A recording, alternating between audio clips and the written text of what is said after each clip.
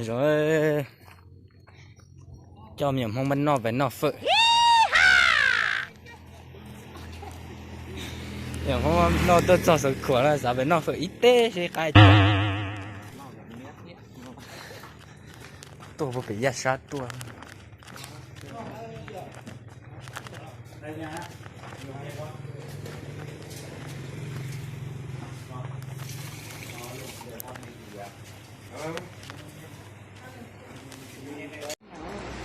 nó cho phát em là một con nặng ít nó sẽ xa rồi nó sẽ ba sẽ cho phát em này giờ tự tận đây là rõ hả canh xin đầu ha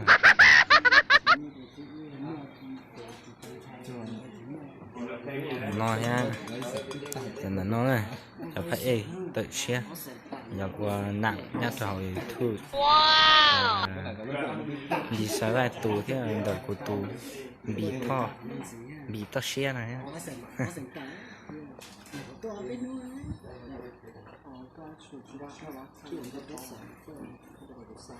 nói lần đầu tiên nó phải lúc nào còn nặng xa lịch xa chứ tư lý lý là cho nó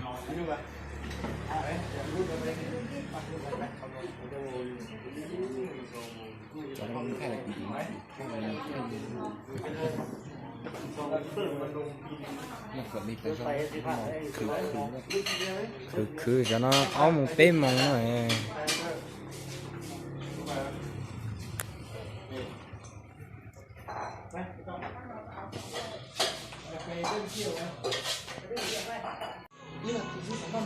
trở lấy cháy cơ lại nó lên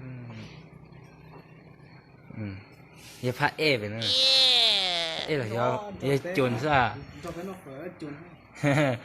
ta kia mà ô của tôi phải chuồn nó tới chỉ bán ở nó cũng không đâu luôn đâu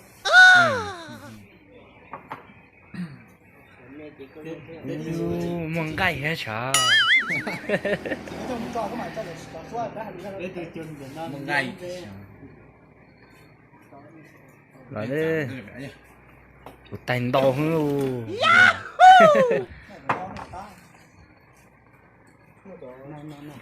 nó nữa cái sự đấy nó cho cái tiền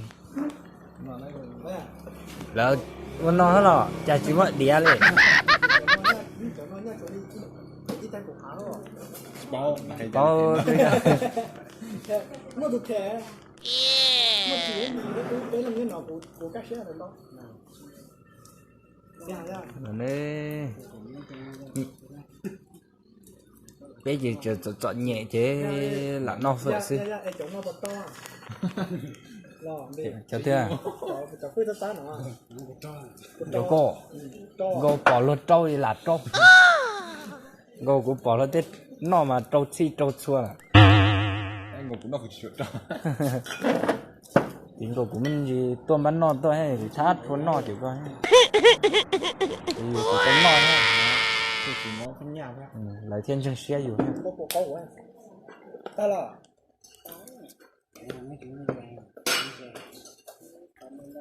tao mấy mà nông nữa của câu cũng nó mà nông đấy là thực tế đúng rồi ạ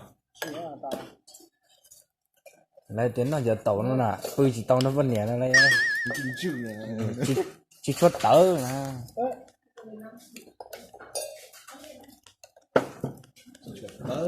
nhớ ai làm á chơi từ nãy rồi à bảo về vì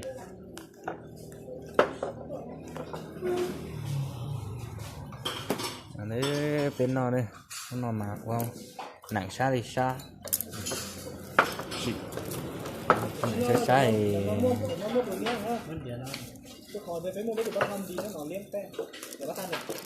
đó củ liang thì chỉ mắn này chay đó liang nó chỉ cuốn đẹp là ta ô chai của tụ bà nó nè chỉ tiếng nó nổi à thôi đến này của tài muốn nó chạy được tiếng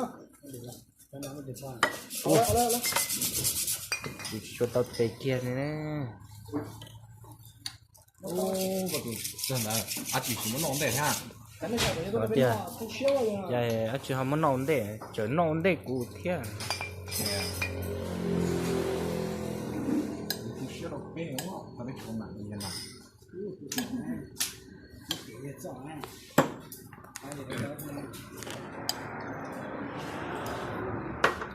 Cái tệ của chị bố ăn chứ. nó nè là phải sẽ đến nó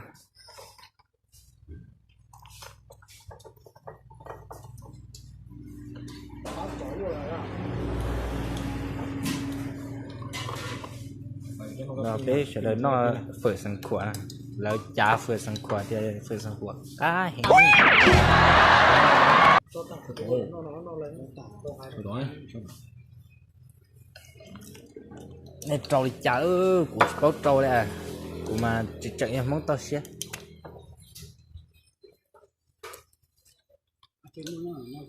Đấy là hậu cô của tao mà nó. bố luôn từ sẵn rồi giờ từ sẵn chứ món của lóc hẳn chưa À luôn rồi, cho nào. Đi nó đi.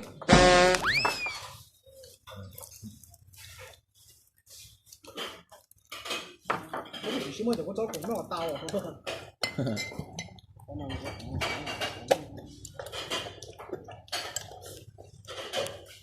chẳng luôn chụp cả lệnh dĩa sự này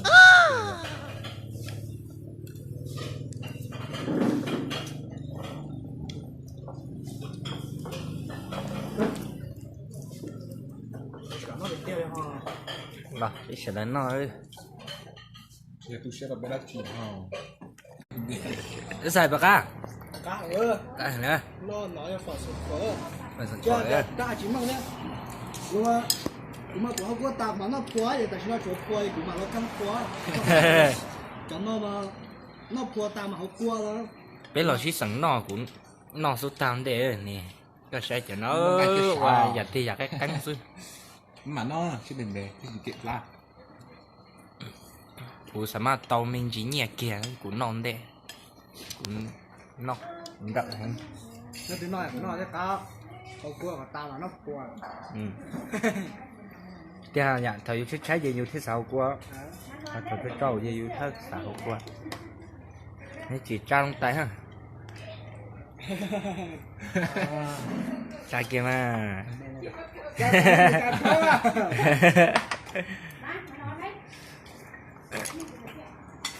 ừ Đi con nào. cá thịt châu Trời ơi. cá sập lần Không, tra tái xí rồi chẳng hạn.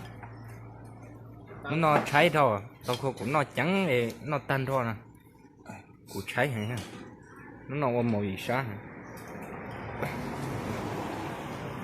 Nó cá thịt chứ. Cho tao là nó phải. chẳng nó cứ một tờ bé mông nó bé chữ nó sù thế Cái mồm nó chẳng hạn. bé mông luôn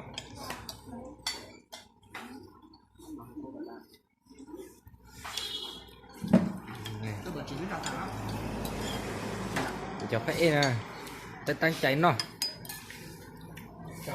ở bên ngoài thì cũng mới nhiều chút tại cũng mà liêng ở nhà thế nó Nhưng mà nó cái ấu chứ. Lo chân nữa. Tôi bảo tao ra. Để nó. trên để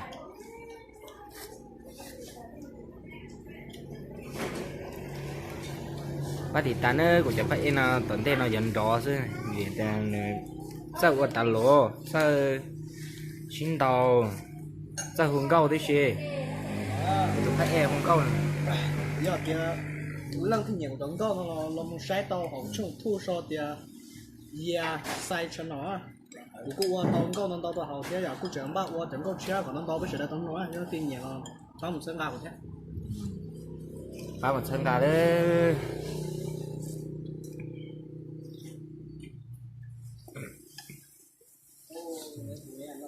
Ôi giờ nó phải thành như tay xíu nhỉ.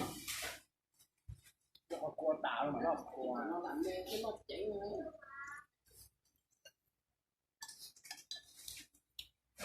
Nhưng mà nó phải trái như thế. Nó gì chẳng lấy như thế.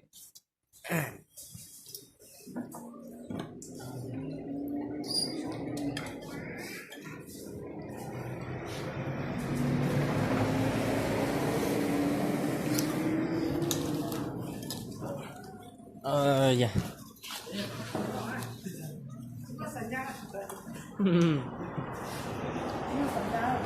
Nhà nhà không được tiêu. Đầu rồi. Bây giờ phải làm đây nè. Giờ có ăn lẩu rồi. Để trên này.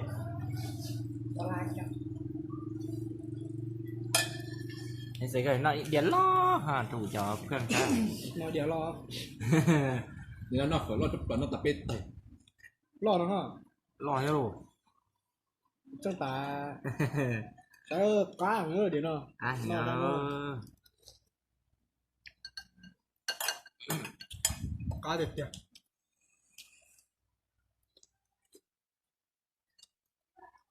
Nó chỉ bố sẵn một tài nữa. Nó chỉ khăn lú lú nhà nó rồi. Bên nó vừa nó mà thế chỉ xí nhau vì tiền lấy chuyện dẫn nhẹ.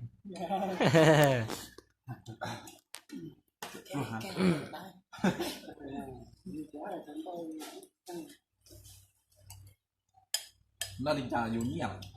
Nó có tạo tay là gần được.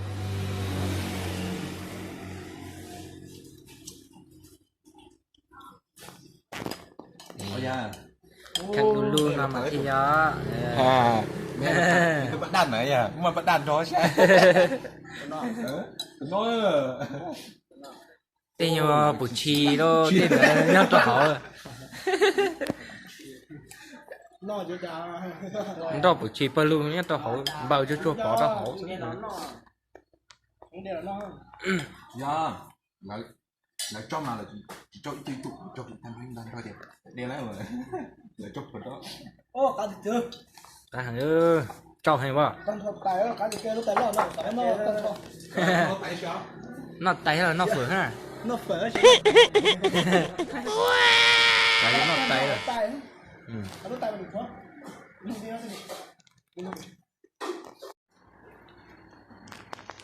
Mình nghe chưa rồi vậy. Bây giờ đừng gặp ai. Thôi. Trời nó nát thia. cái này có mất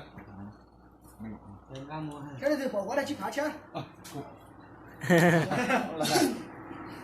nó lại cái là Đó nhẹ chị. Chip bỏ nước đâu. Vô chị tàu đi. này của bà đó là giờ có gì ta muốn có những gì ta mà Nhìn đầu thế, nó cuối lần thể bé luôn hay nó. muốn gì một Đây tốt là lo là. Chứ là trong lần chuối là mỗi lần chip hả chứ? Đấy xin chi được. Thế phải ba tiệp tàn với cho nặng đấy, ba tiệp tàn với cho YouTube. Nó tạo một chuyện móc lá thế bạn. Đấy.